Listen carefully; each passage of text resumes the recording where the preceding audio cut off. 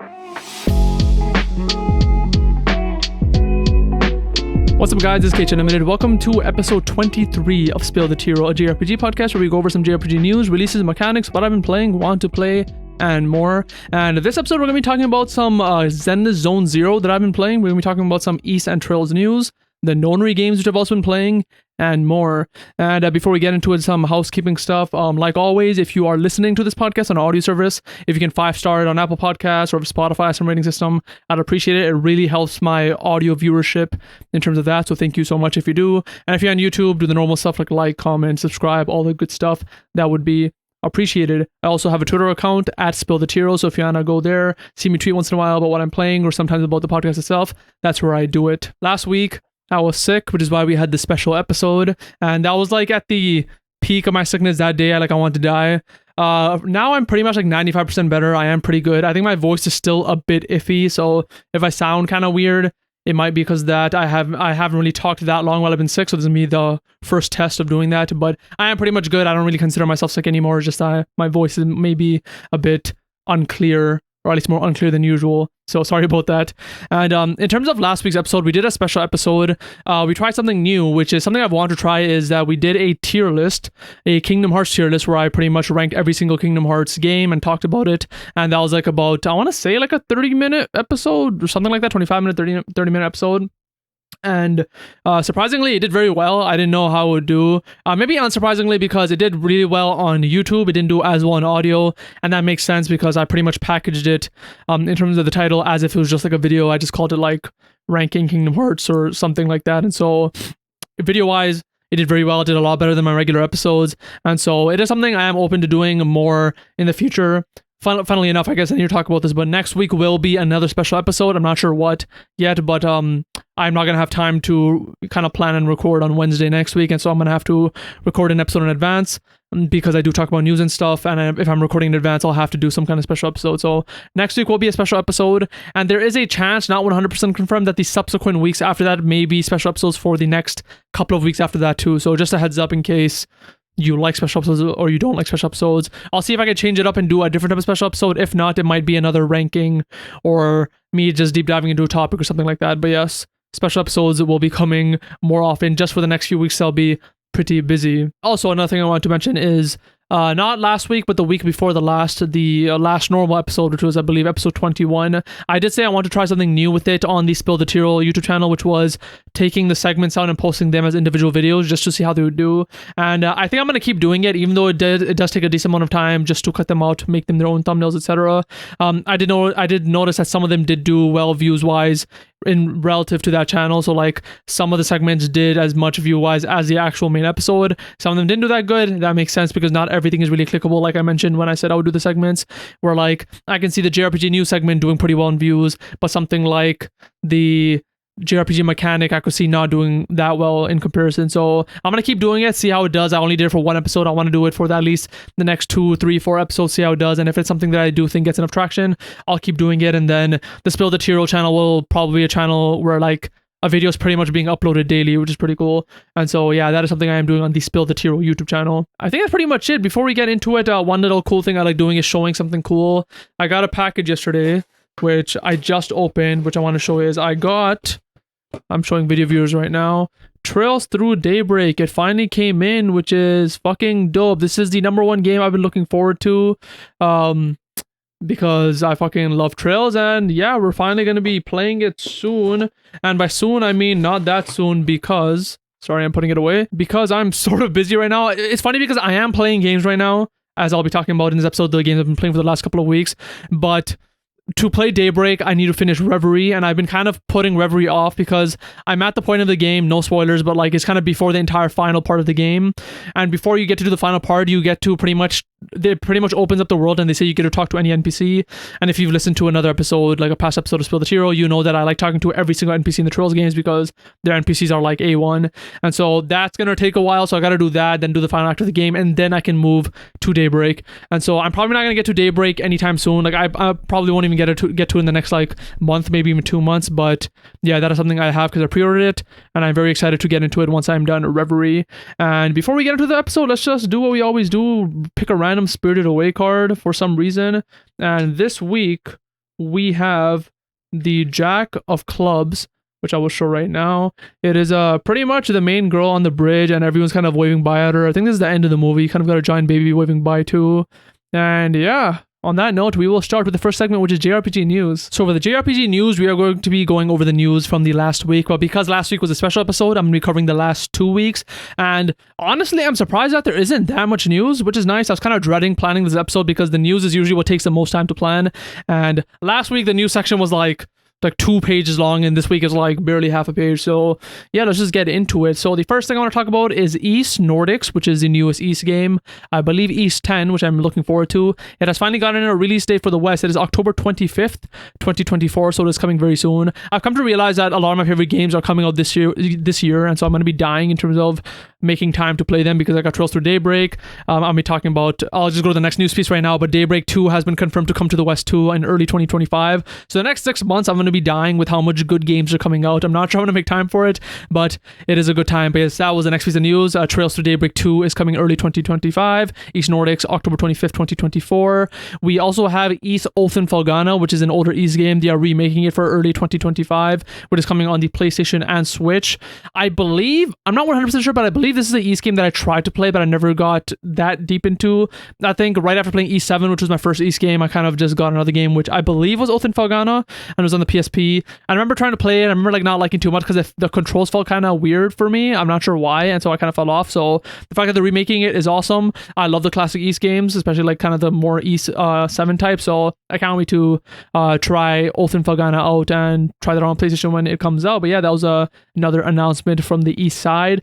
And next we'll be going into a Dragon Ball Sparking Zero trailer that released too. So every Dragon Ball Sparking Zero character trailer has pretty much had a theme, whether it be fusions or master and student, whatever. So the way they themed this one was you either wield a sword or you clench your fist. So pretty much they just showed a lot of characters that were either hand-to-hand fighters or sword fighters. So I have the trailer pulled up. I'm just looking through it and skimming it. But they show a lot of characters in this one. They have Jiren. They have Vegito, like the normal Super Saiyan version. They have Future Trunks from Super, which is the one that I like a lot, the one with the blue hair. They have a lot of tournament of power fighters, like those, the group of 3 girls, which I don't remember, with Ribrianne. They have that big-ass fucking alien as part of the tournament of power. They have a bunch of characters. They have... I believe his name is Popovich from the Boo tournament. They have Yajirobe. They have Deborah because he's a sword user. They have Mr. Satan. They have a fuck ton of characters in this trailer, and I really like this trailer because they showed a lot of characters which usually you wouldn't see in Dragon Ball games these days, but they were the characters that made Tenkaichi special. The reason Tenkaichi is very special is because they literally had all the fucking characters you can imagine. So the fact that they have Spopovich, that alien guy from the Tournament of Power, the girls from the Tournament of Power, Deborah, Mr. Sane, etc., like all these like kind of smaller characters in a way compared to the main cast. I'm really liking seeing them in Sparking Zero, and they look fucking great. It already looks like the anime, and they end the trailer with Ultra Instinct, Omen / Sign, I'm not sure what the official name is, fighting Goku Black and other characters. So this trailer was great, had a lot of characters. If you haven't checked it out, check it out. It is now, I believe, like 1 to 2 weeks old, but it is a pretty long trailer. It is 3 minutes long. And yeah, Goku Black, I'm just watching right now, is really fucking cool. He's using his scythe, and I think the character trailers for Dragon Ball Sparking Zero have been fantastic, and this one kind of kept up the pace too. And from here, we'll go on to the next one, which is Metaphor ReFantazio released a story trailer. There's not much to talk about this from my end because I mentioned this on pretty much every episode that I talk about story trailers, where I do not watch story trailers for games because I don't like to be spoiled about a game before it comes out. I actually like knowing nothing about a game before it comes out. Trails Through Daybreak, for example, I looked at the cover. They have like this girl on it. I'm like, I don't know who the fuck she is. I've never seen her because I don't really watch anything about games before I play them. So there's a story trailer out. If you want to check it out, go ahead. It came out, I believe, a week ago, and so yeah, that is something that came out. And a couple more news stories, slightly smaller ones, is there's a game called Heaven Burns Red, and apparently an English version was announced. It is kind of like an anime, from the trailer, looks like an anime girl focused, JRPG. It is apparently free to play story driven RPG published by YoStar, and I looked at the trailer. There wasn't really much to see because they were kind of just showing the visuals of like the art of the characters and gameplay here and there. But visual wise, like graphic wise, it looks kind of like early Trails of Cold Steel in my opinion. And in terms of gameplay, it looked turn based. I found like a 30-minute video and I kind of skimmed through it. I wasn't able to glean too much from it other than it being turn based. But from what I could tell, it seems like a visual novel type game with turn based combat peppered in between. So Heaven Burns Red is coming in English very soon. And the last news story that I want to talk about, which is very cool, is Gung Ho Online Entertainment announces Disney Pixel RPG for iOS and Android. And it's very cool because I saw this and I'm like, I'm sure a lot of people had the same thought, but it looks very Kingdom Heartsy because like you see Mickey in this very fucking cool pixel art style, and it's like the classic Willy Mickey. But pretty much they talk about that they're gonna be focusing on going to different Disney worlds and stopping the bad guys, etc., etc. So it kind of the main plot of Kingdom Hearts. But I'll read this a short excerpt from it, which is: the game worlds that the Disney characters call home have suddenly been invaded by strange programs, resulting in chaos. Previously isolated game worlds have become connected, just like Kingdom Hearts, causing unexpected encounters between characters and throwing them into confusion. Take on the role of a player of these games and join Disney characters as you embark on the epic quest across multiple game worlds to restore order. Now, I just pretty much took this from the Game Outs article. I didn't go too deep into it because they actually cover the game pretty in depth, but this sounds interesting. At least based on this, what's interesting to me is it says take on the role of a player of these games. I'm not sure what that means specifically in terms of who you're going to play as. I assumed you would just be using like Mickey and Donald and whoever you just want to play as, but they specifically say take on the role of a player, so maybe the main character of the game is going to be some like original character made for it. It is announced for iOS and Android, so it does seem like it's going to be a mobile game, which I'm fine with. I honestly right now I am playing more games on mobile than not. Even games that are on console or PC like Zenless Zone Zero, Wuthering Waves, I actually prefer to play on mobile. I feel like I'm the rare person where like I actually prefer the controls on mobile for these games. When I try to play them on controller or something, they feel kind of like slightly slower than what you can do on mobile because the buttons are right there. You could like, I want to say objectively play faster on a phone because the buttons are just like right there in the touch. But yeah, I prefer to play on phone a lot these days. And so this being on phone, I don't have any issue with, and it's very interesting looking. And so whenever we get more news on it, I'll definitely be talking about it on Spill the Tearal. But yeah, that's pretty much all the news for the last 2 weeks I was able to find. There's obviously other smaller news stories, but I pretty much just take the news stories that are either very big or very interesting to me. But from here, we'll move on to the next segment, which are JRPG releases this week. Now for the JRPGs that are released this week, there are actually 0, but because I missed last week, I'm going to be talking about the JRPGs I released last week. And I'm looking at the list of games, and this is so fucking funny because like I love every single game that released, which is very rare. Usually when I cover the releases, I either don't know any of them and I have to look it up, which kind of makes researching take a long time, or I maybe like one of them. This one, all three I love, so I'm going to be talking about them really quick. So firstly, we have Final Fantasy XIV Dawn Trail, which is pretty much an expansion release coming out on PS5, PS4, the Xbox series of consoles, and PC. It came out on July 2nd, so it's been about a week since it's come out. This is a game that I'm going to play at some point, I know that, but I just don't know when. Pretty much the way I play Final Fantasy XIV is in waves, where I get really into it and then I kind of stop playing for a while, then I get very into it and stop playing for a while. And I pretty much played like 2 expansions in a row of Final Fantasy XIV, then I took a break and I just haven't gotten back into it. I believe I am on Stormblood. I believe I just started Stormblood, which is I believe 2 expansions behind Dawn Trail, I believe. And so I'm pretty sure the next time I play Final Fantasy XIV, I'll probably tackle about 2 more expansions and then I'll be right behind Dawn Trail, and maybe I'll take another break and then get into Dawn Trail. But yeah, Final Fantasy XIV Dawn Trail, something I'm very excited to play at some point, and that came out on July 2nd. The next game is Zenless Zone Zero, which came out on iOS, Android, PC, and PlayStation on 4th of July. I've been playing probably for 2-3 days. I didn't jump into it right away because it kind of released around the same time as Wuthering Waves' newest update, so I want to focus on Wuthering Waves because I love that game. And so after I was done with the story and all that with the new Wuthering Waves update, I moved on to Zenless Zone Zero, and I've been loving it a lot, and so I'll be talking more about that in my what I've been playing section. But yes, that game came out on July 4th, and the last game is The Legend of Heroes Trails Through Daybreak. I already talked about this a bit, but it came out on July 5th, so it's been 5 days since it's come out on the PS5, PS4, Switch, and PC. I cannot wait for this game. I don't want to talk more about it because there's nothing really to say, but this is probably my number 1 most anticipated game of the year, and so I can't wait to get into it, even though there is a chance it may not be this year. But yeah, and those are all the releases that happened in the last 2 weeks technically because I missed last week. And from here we'll move on to the next segment, which is a JRPG mechanic that I think is dope. Now the mechanic or the gameplay thing that I want to talk about that I found in a JRPG that I played recently, and I'm going to be talking about the JRPG more in the what I've been playing section, but I tried out a game called 999. It's actually not called that, it's called like 9 people, 9 hours, 9 something like that, but everyone refers to it as 999. It's one of the Nonary games, which is like a trilogy, I believe, right now. I believe the newest game came out like pretty recently, and I was gonna buy the newest game because it was on sale, but I ended up getting this first because it is the first game, and I played through it. I'm not gonna be talking about that right now, but one thing that I love about this game is it is technically a visual novel game where it's telling a story, and I've always wanted to try a visual novel game because I play games primarily for the story, and so if a game has a really fucking good story, everything else can be like slightly worse and I really wouldn't care. And so when I think about visual novel games, I'm like, this should be perfect, right? Like visual novels are literally visual novels. They're meant to tell a story, even though the gameplay may be more lax compared to other games. But I never got into it because every type of visual novel game I tried, the gameplay aspect of it was like not that fun to me. One of the ones that I remember, which I believe it was called Utoware Rumono, I think. It was pretty much a visual novel game, but the gameplay aspects of the game were pretty much these grid-based battles, and those battles were way too fucking intense, and I did not like it at all. Where like a battle would straight up take like 2 hours to do, and then whenever I was done, I was like, oh cool, let's get back into the visual novel side of things. But then almost immediately after the battle, they would give me like another 2-hour battle, and then I was kind of done with that game. Whereas this game, 999, their gameplay style, or like the gameplay aspects of the game, other than the visual novels, are actually escape rooms.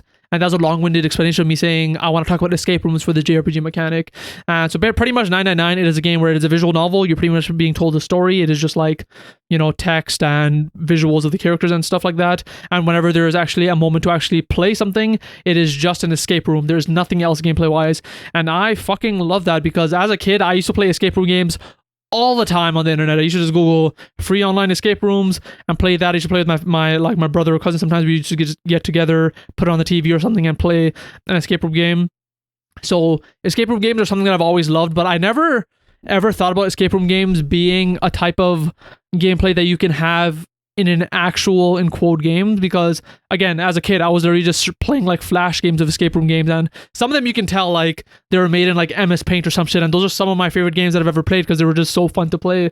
And so the fact that there's an actual like proper game with a proper story that uses escape rooms as its kind of main source of gameplay, I thought was very interesting, and I really love that for this because for the other visual novel games I tried in the past, like I mentioned, that whenever I went to the gameplay, I was kind of like, I don't really want to do this right now. Where with this, sometimes I did have that feeling where I didn't want to kind of, use my brain that much. But for the most part, whenever I got to the escape room part of the game, I was pretty excited because I love escape rooms and doing them are pretty fun. And so, yeah, I just thought it was a great balance. And the more I thought about it, I was like, maybe escape rooms can be implemented in more games because there's kind of a trend with the recent games where they're trying to, in quotes, artificially extend games by adding a lot of mini games. We saw this a lot with Spider-Man 2, where like they have like a fuck ton of random science mini games, which I personally don't have a problem with, but I know a lot of people did.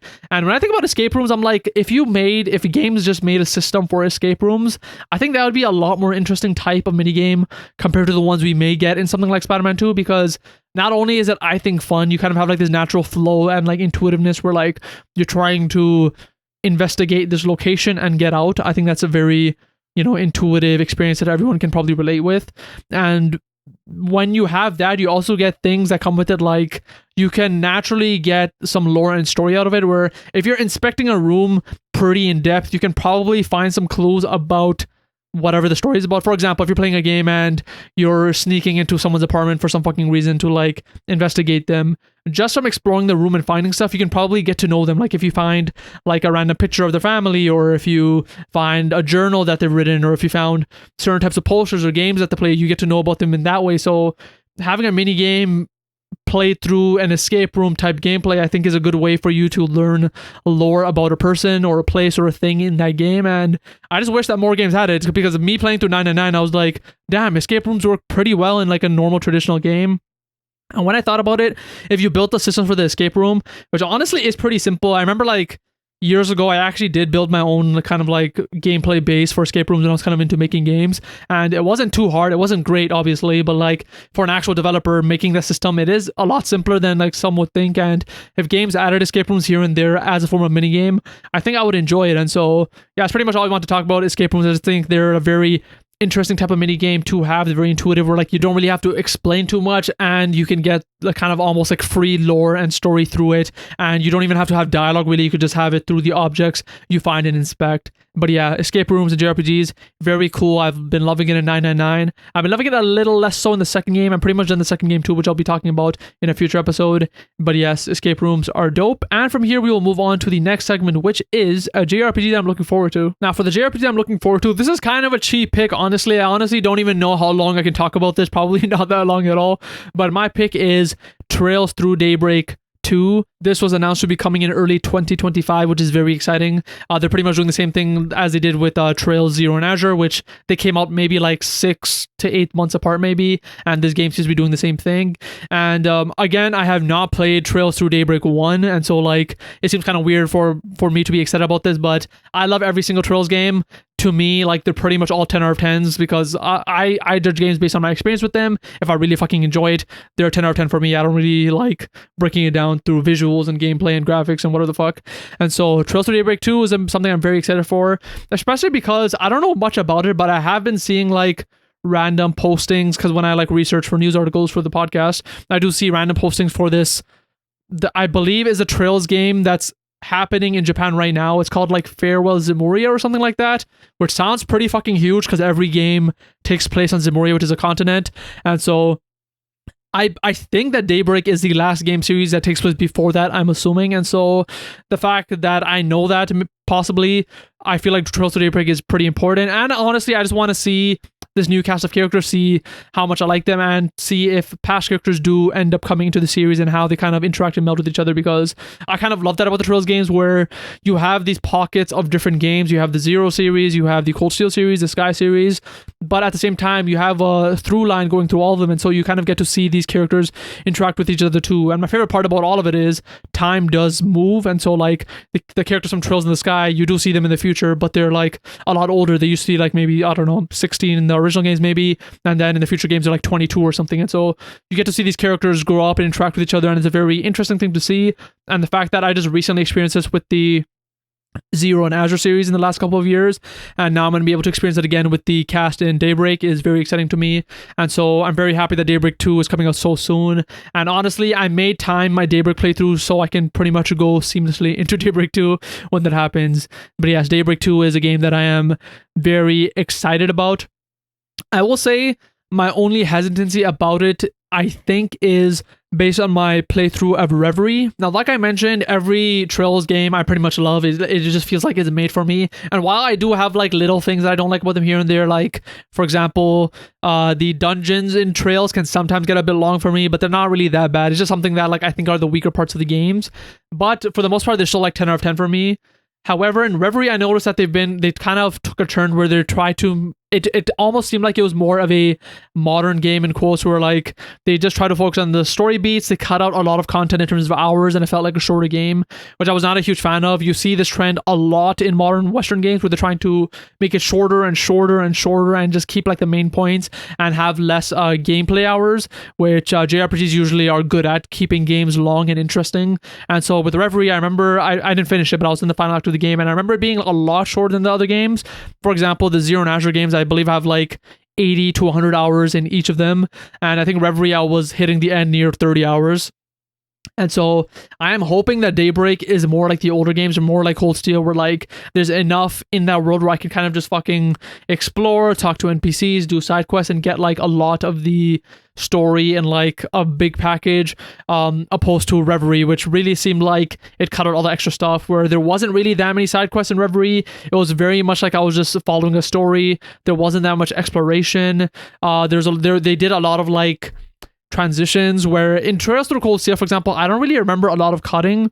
You pretty much feel like you're kind of following the story of a character from A to B to C to D, where in Reverie I did notice a lot of points where like they would cut to black, they would say like a text interlude, and then it would cut away to like a day later or something, which I never really saw before, because in the past games they would usually play that section out, but in Reverie they weren't doing that. And I kind of get why, pretty much based on how the story of Reverie is. It is a lot more important, and there's not that much flexibility based on what's happening in the story. But at the same time, I'm hoping Daybreak is a lot like Cold Steel, for example. I honestly want it to be just like Cold Steel, but like more newer and fresher. So we'll see how it is. I haven't played it at all. I literally know nothing about it. I've watched no trailers. I've watched no reviews. For all I know, it could be hated. I'm not sure. But it is something I'm very excited about. And because I'm excited for Daybreak, I'm automatically excited for Daybreak 2. But yeah, that's why that is a JRPG that I'm looking forward to. And from here, we'll be going on to the next segment, which is what I've been playing for the last week. Now, for what I've been playing multiple games, but the two games I'm going to be talking about are 999 from the Nonary games and Zenless Zone Zero. I should have chapters in the video if you want to skip to one of them, or if you don't care about one of them. I've also been playing the sequel to 999, which is called Virtue's Last Reward, apparently. And and I'm like 99.9% done that game. I'm just not finishing it right now because I want to finish it before the next episode and probably talk about it for the next episode of Spill the Tearal. I do not want to talk about both games in one episode. And I've also been playing Wuthering Waves. So you know what? Let me actually talk about Wuthering Waves a bit. Pretty much Wuthering Waves had a new update. I believe it's called the 1.1 update, where they added a bit more story. And they added a bit more story. It took me a couple of days to beat it, kind of playing it casually, maybe 2 or 3 days. And something that surprised me, which I didn't expect, is they pretty much expanded the map. They pretty much made a new area called Mount Firmament. It's pretty important to the story, and you got to go there. I thought visually it was beautiful. I really loved how the area looked. But with the world expansion, you had new things like new missions, new exploration missions, new echoes you can get, new story, obviously. You have new characters. And yeah, I honestly really loved it. I love the fights in it. I love the story. I kind of wish that they did more with it in terms of, like, for example, they introduced a new character named Chong-Li. I thought she was really fucking cool. You got to use her in the story, but you're not able to pull her yet, which is kind of annoying to me. I'm like, you have this cool character, and obviously she will be available because you literally get to use her, but like, the story's out, you get to use her. Let me try and pull her. I really want to play as her, but that's not available yet. But I'm assuming they're gonna, drip feed that throughout the next few weeks or months or however the roadmap is. But yeah, I just want to talk about this very quickly because I enjoyed it. I thought it was really good for like the first big update, and I cannot wait to see how the future updates go or how this update goes in the next like month or so. And yeah, straight on from that, we will go into 999. So 999, I finished pretty much more than a week ago, and there's kind of pros and cons of me finishing a game a while ago. When I finished it fresh, I actually almost wanted to record this segment of the podcast right then and just like edit it in because I can kind of talk about it. But I feel like if I did that, it would be very detailed into the plot of stuff, and I'm not sure if that's really interesting for people who have not played it. And so now that I've played it a while ago, I'm probably going to be talking about it more generally and things like that, so I can kind of give a more objective assessment of the game and not go into spoilers too much. And so I think that's a good thing. And also because I don't know why my memory with games or like stories is very fucking bad. Like, I don't even remember that much of the actual like main story beats of the game anymore because I'm just really bad at holding that stuff in my mind. And so I'll be just talking about it overall. But 999 is a visual novel type game, but the entire premise of the game is the Nonary Games, which is the name of the trilogy, which is your character. You are in this game called the Nonary Games where you and 8 other people, so there's 9 people in total, are trying to escape this ship you're on because you just got kidnapped and you don't know why. And that's the main story. I'll probably go a bit more into detail at the end of the section where there will be spoilers, but kind of to get into the gameplay, I talked about this in the other segment, but the gameplay is visual novel, and whenever there's actual gameplay to play, it is escape room. So, for example, you start the game, you get some cutscenes, but right at the start, you are stuck in your room and you're trying to figure out how to escape your room. So you have to search the mattresses, find strips of paper, put the paper together, find the password, use a password, open suitcases, find keys, blah, blah, blah, and then you actually get to escape the room, and then there's more story, and the entire story goes like that. The thing that I found very interesting about 999 and continues through to the second game, which I won't be talking about today, is the kind of flowchart system they have. Pretty much what the flowchart system is that straight off the bat, right when you start the game, you can see a flowchart of the entire game, which is very interesting. So this game is one of those games that based on the choices you make, it'll take a different branch in the story, and based on those you can have different endings for the story. And so from the start of the game, if you press down on the D-pad, you can see the entire flowchart. So you can literally see at what points of the game you'll have like a choice that'll split off and branch off, and you can literally see the number of endings you will have, which I thought was very cool. And you can't see the specifics, they're all just like kind of gray question marks, but as you play the game, they'll kind of clear up and you can go into them and see what you did there kind of roughly. And you can also jump back into any of those nodes and play that part again and like continue to another branch, which I thought was very cool. Now I'm going to be talking more about kind of the gameplay mechanics, but I'll be honest, from here on I will be talking about some spoilers because I'm going to be talking about how I noticed that there's very cool links between the gameplay and story of the game. So like I'm going to be talking about some gameplay mechanics, and when I'm talking about it, you guys might be like, how is that a spoiler? But I'll explain why it is a spoiler, because this game does genius stuff where like you'll be doing something and you'll think it's just like a gameplay mechanic, then you realize it is actually a very important part of the story, which is very fucking cool. So I'll be going into that. So if you don't want to be spoiled at all in terms of the specifics of the game, I will say just skip to the next segment or like skip to my other talk about ZZZ. But I will be going into some gameplay mechanics that do link with the story in very cool ways. So one example of a gameplay feature that kind of links gameplay and story, which I thought was very interesting. And the funny thing is they never talk about this explicitly, but I noticed when I was playing that this is a kind of link between the story and gameplay. But as you're playing the game, you'll notice that there's two modes to play the game. There's an adventure mode and there's a novel mode. And pretty much what that does is if you're playing in adventure mode, whenever you kind of go through cutscenes or the visual novel part of the game, you'll get them in text boxes and you'll pretty much just get dialogue. So you'll get dialogue from me, you'll get dialogue from other characters, and that's how you play the game. And they have a novel mode, which is pretty much the exact same thing, but instead of it being in a text box, you'll get the text over the visuals, and that's the main difference.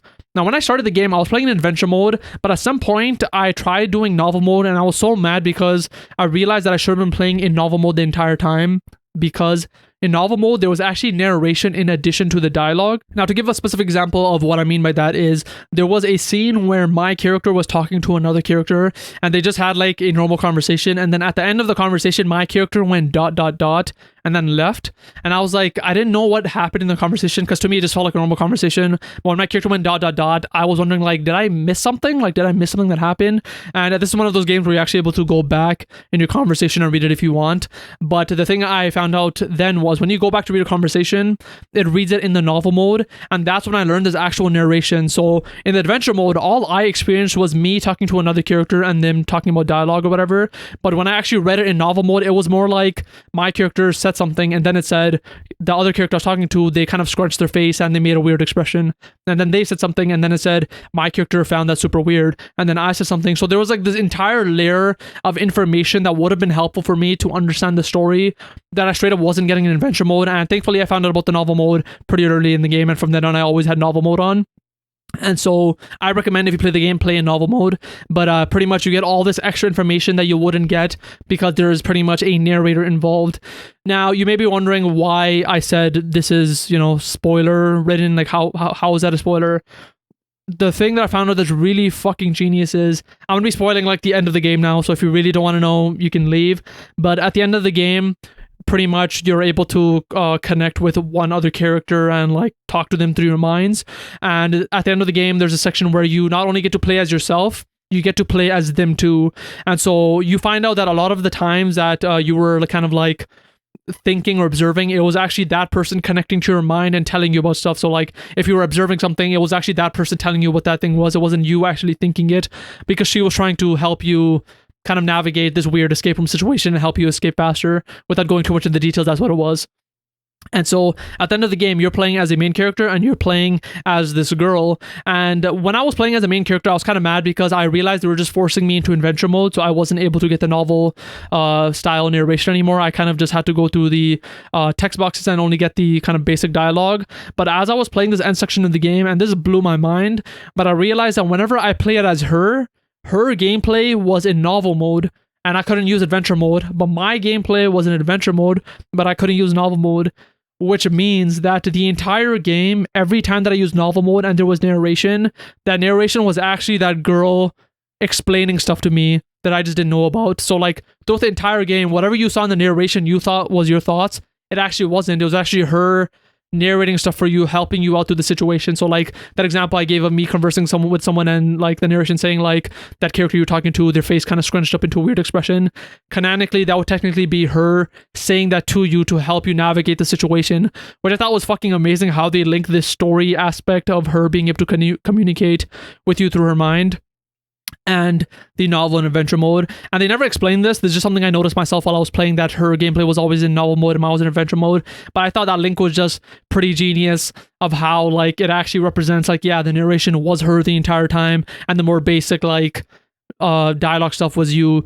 And it's weird because this game does get existential to the fact where like when I thought about that, I'm like, yeah, that's true. Like I can see that happening in real life. Like when I look at something, and I'm looking at my monitor right now, and if I think about like, oh, this is a monitor, if there was someone in my mind saying like, oh, this is a monitor, I wouldn't know that's someone else's thoughts. I would just be like, yeah, that's my thoughts. Like, okay, there's another monitor, there's a cup, there's a water bottle. Is like, if someone was connecting it to my mind some fucking how and they were saying that stuff, I would be thinking that's my thoughts too. But like they put it into that game and it really made me think about like, yeah, that's a pretty cool concept. But yeah, the story kind of goes into a very cool concept like that of like how the mind works and how this telepathy works, and they go even fucking deep in the second game, which I won't go into. But yeah, I really liked how they handled it in 999. And kind of one more thing that I want to mention before kind of going on to the next game is there are multiple endings to this game. And what I like about the flow system is the way you get the multiple endings is pretty interesting. When you play this game, you play from start to end the entire story, and then you have to go back and get the other endings.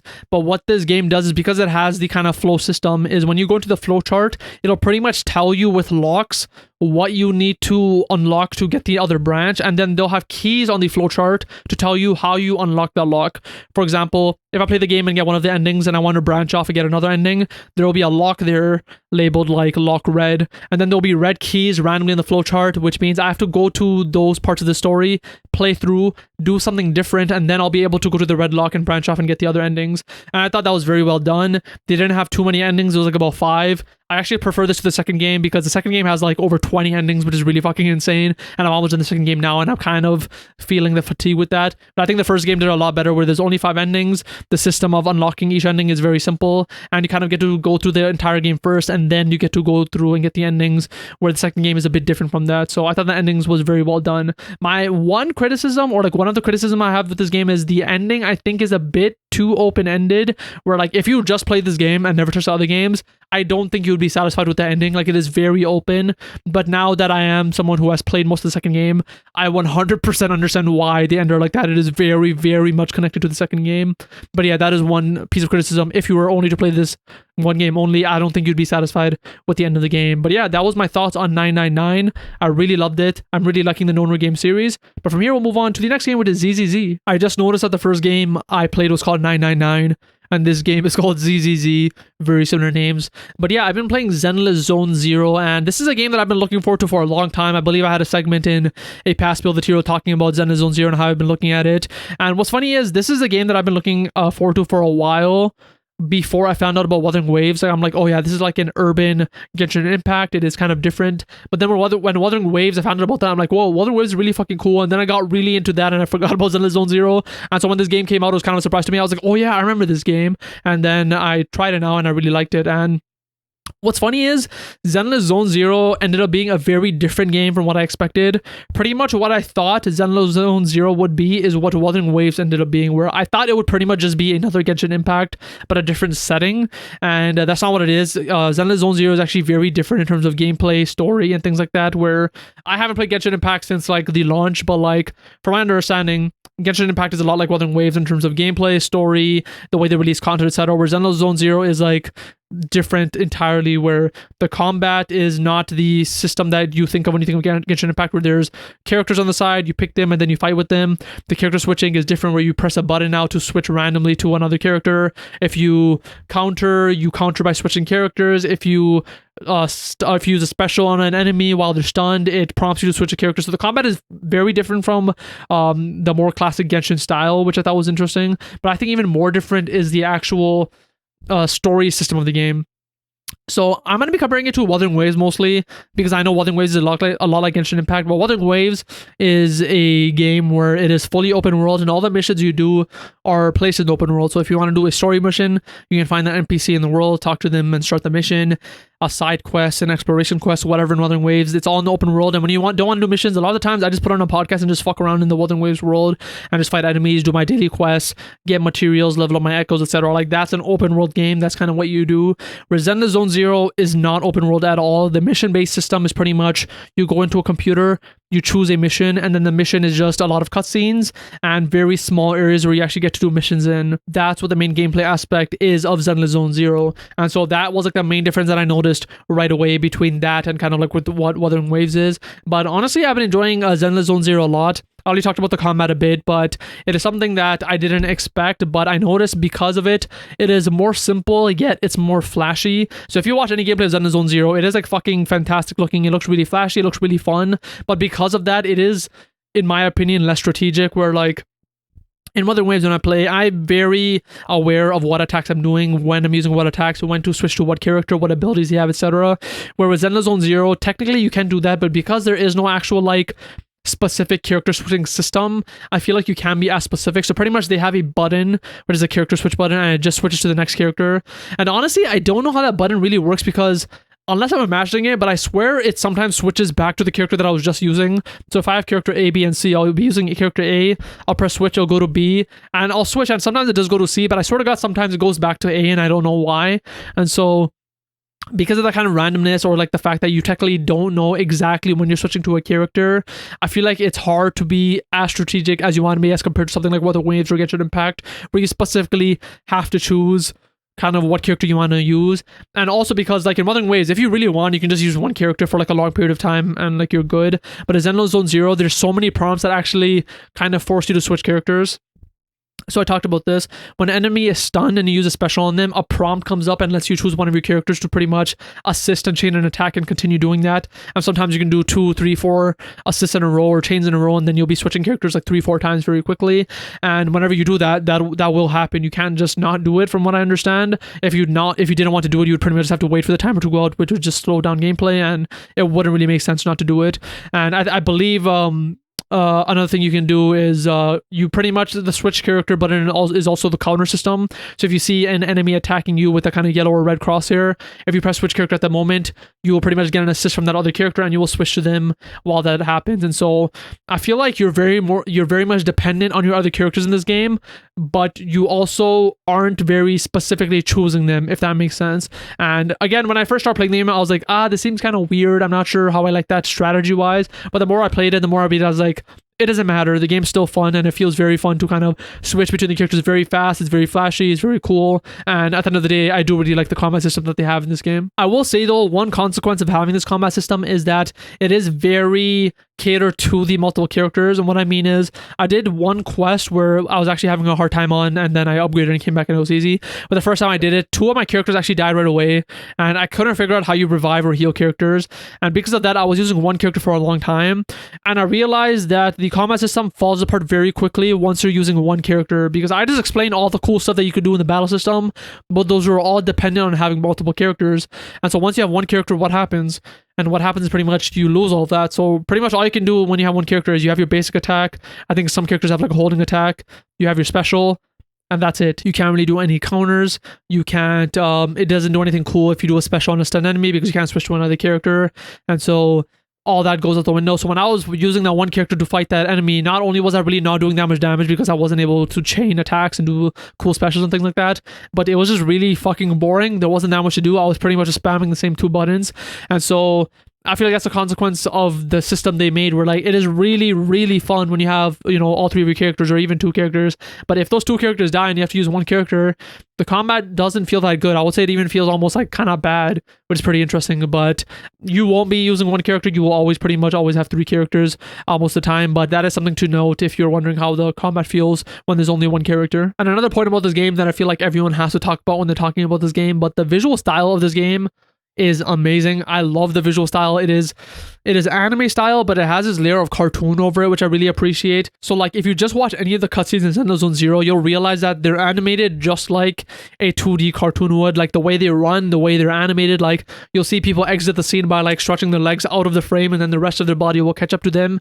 And just the way they're like moving in cutscenes is very reminiscent of like a Pixar movie. If you've seen like a Pixar movie, any 3D animated movie, everyone is very exaggerated and they bounce around a lot when they talk, and they do the exact same thing in this game, where like you have cutscenes where someone is talking and they're straight up like doing this and they're bouncing, and if you're an audiolist, I'm just fucking bouncing and moving my hands a lot, where like in real life no one does that, but like you'll see that a lot in 3D movies because you want to kind of exaggerate their movements to kind of show it off more. And so you'll see this in this game a lot, where like I never seen in an anime style where like people would be bouncing, they'll be very exaggerated. You'll have very cool camera angles, a lot of cool foreshortening where like their limbs look very huge. And so I thought the visual style of this game was spectacular, not only from the cutscene sense, but the gameplay sense too. Everything is very colorful. The UI looks beautiful. The enemy designs they all have like these pulsing like RGB lights on them. The UI will sometimes be flashing RGB, and so I think visually this game is like a 10 out of 10. It like is very much in tune with my style, and I really love it. And so visually, I've just been really loving this game. And without going too much into the specifics, just to touch on a bit like of the story and the characters, I've been really liking it. I mentioned about Wuthering Waves, that the second I played Wuthering Waves and kind of met the initial characters, I really liked them. I thought they were really cool.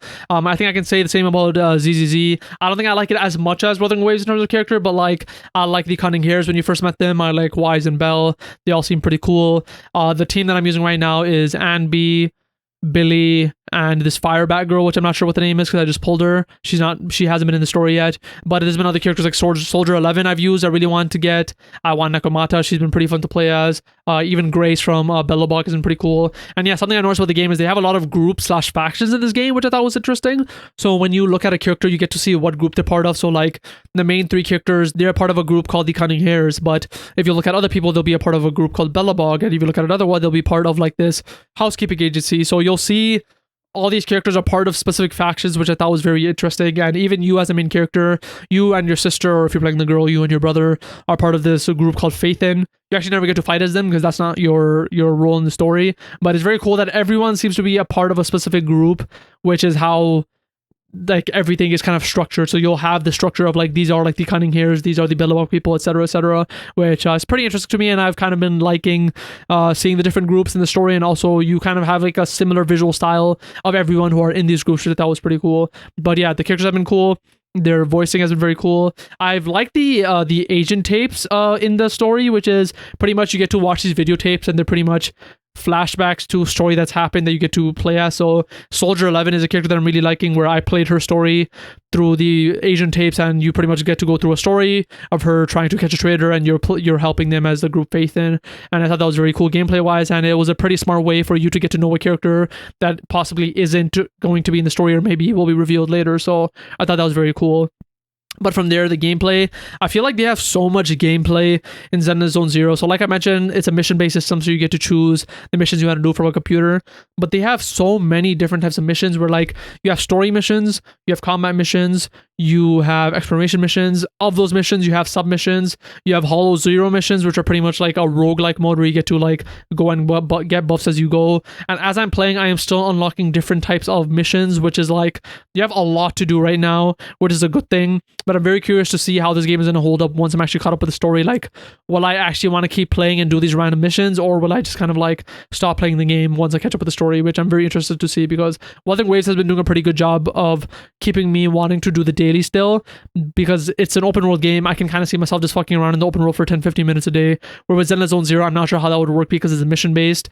Like, would I just replay old missions? Because I'm not sure if that's something I'd be interested in doing. But yeah, we'll see how that goes.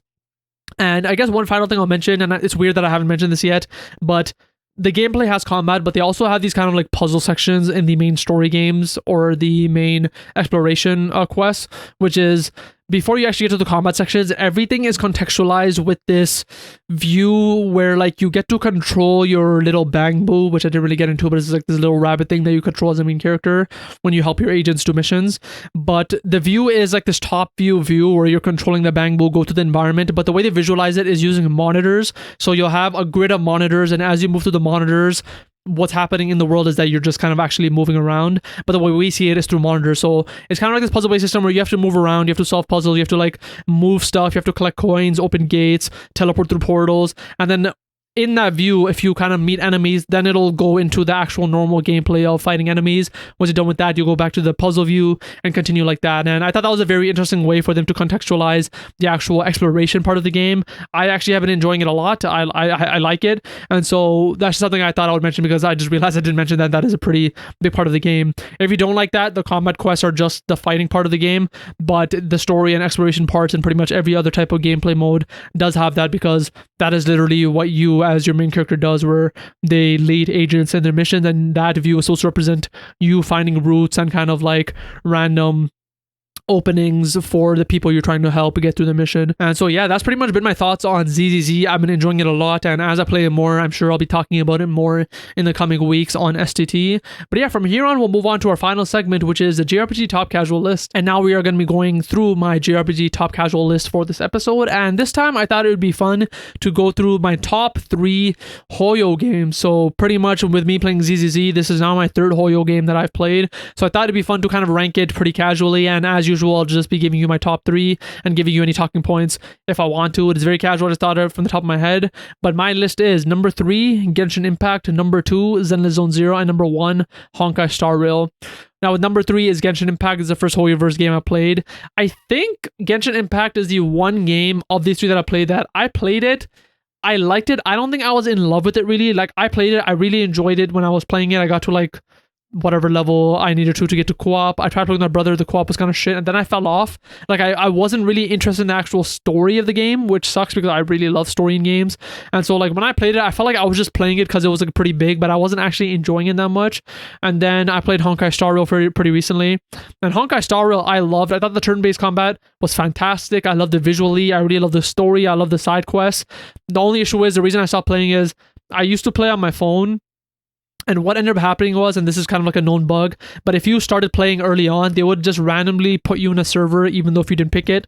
So I chose the America server. They made me start my game on the Europe server, and because of that, I can't add friends from the America server. I can't play on my PlayStation because it forces you on the America server. So they kind of like fucked me in terms of that, and so I'm probably not going to play Honkai Star Rail until it's been a while where I've completely forgotten about the story and I'm ready to start fresh.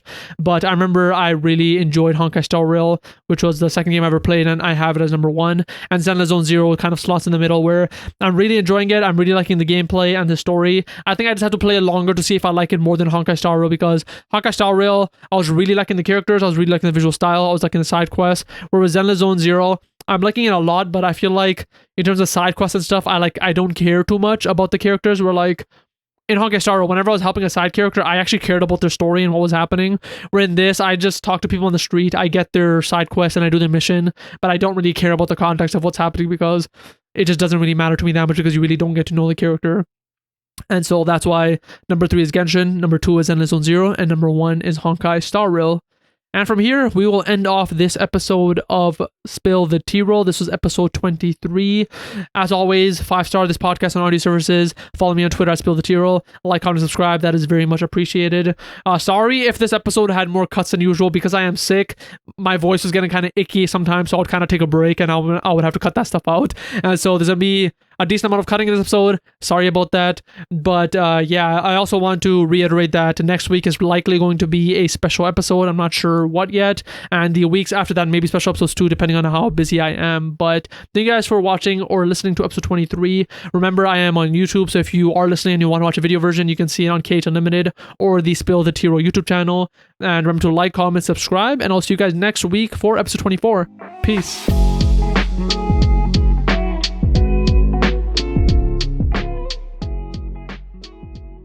I got so lucky because when I showed the Spirited Away card, the entire deck fell off my desk, but it fell perfectly into my lap in a perfect pile. I'm not sure how that happened, but thankfully you don't have to clean that up.